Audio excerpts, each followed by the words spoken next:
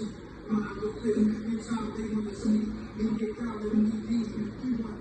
At that time, Proof was the most noble MC in Detroit. If you didn't know no other rapper in Detroit, if you didn't know anybody, you know who Proof was. Everybody knows who Proof was. He was working on his music with Maurice Malone, Tommy Boy, and Maurice Malone owned this spot called Hip Hop Center.